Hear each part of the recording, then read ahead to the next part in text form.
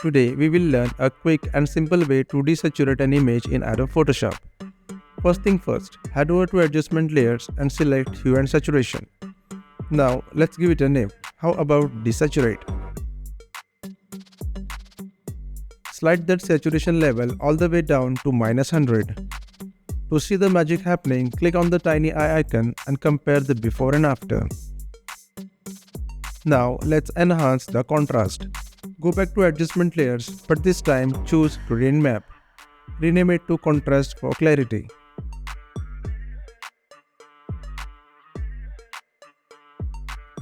Keep all the settings as they are. Default is the way to go for this one. Time to play with blending modes. Change it up to overlay, and for that final touch, adjust the fill slider to fit your needs. And there you have it.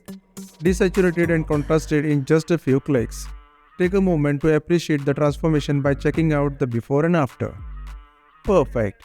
If you found this tutorial helpful, then don't forget to write in the comments and let me know if there is anything else you would like to learn.